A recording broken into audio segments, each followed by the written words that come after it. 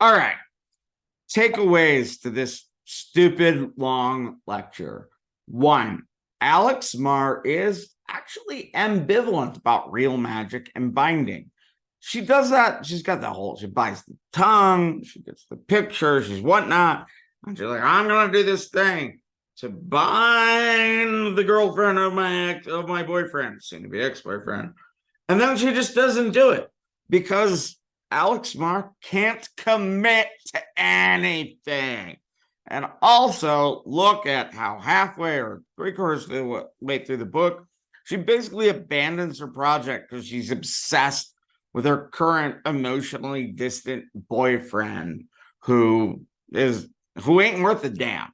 So I argue again that she's interested in all of these like superstar pagans occultists, but it's almost like she's dating them because that's her type.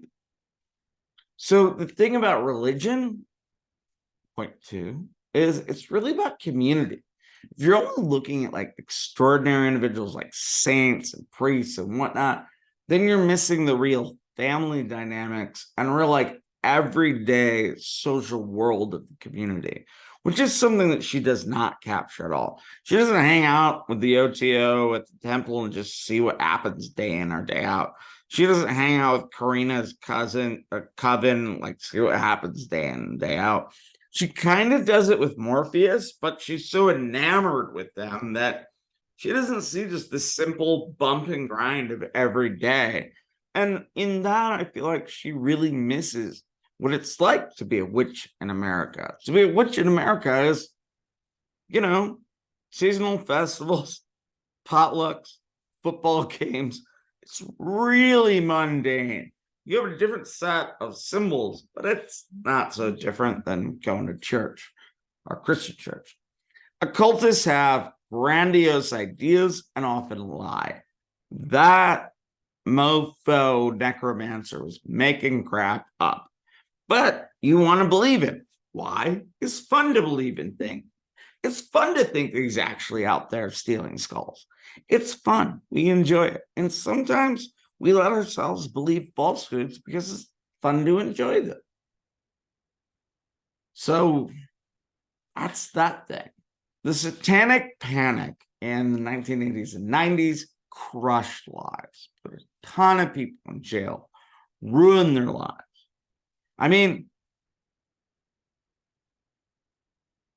so the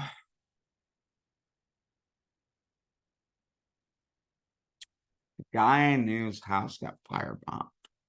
I'm pretty sure it was because he screwed over a drug dealer, just like a marijuana drug dealer. And he said that I did it. And there was like a note and everything. It was not in my handwriting, obviously.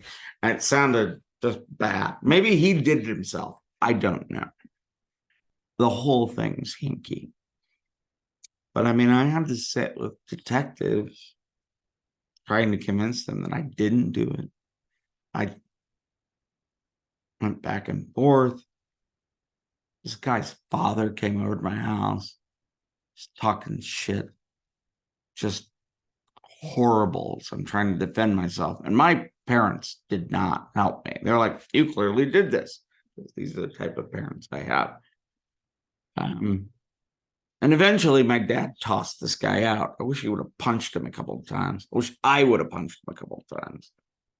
As his son sat in the corner and acted like, oh, nothing's happening. And they're like, of course he did this. He's a Satanist. What was the evidence on that? I had a book. I looked it up. I don't have a copy of it anymore. It was by Sean Sellers. It was basically the devil made me do it type of thing.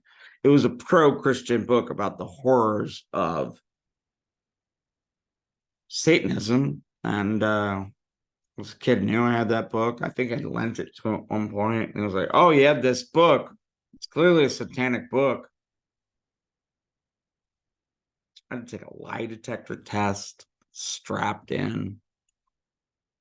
Something that I didn't know anything about. And then the way that they accused me started with I ran into the guy whose house got firebombed that morning, who was getting a school bus. And he'd been like flirting with a friend of mine, a female friend of mine I knew pretty well. And I said, you shouldn't do that. I might get yourself killed. That was it. That was all it took.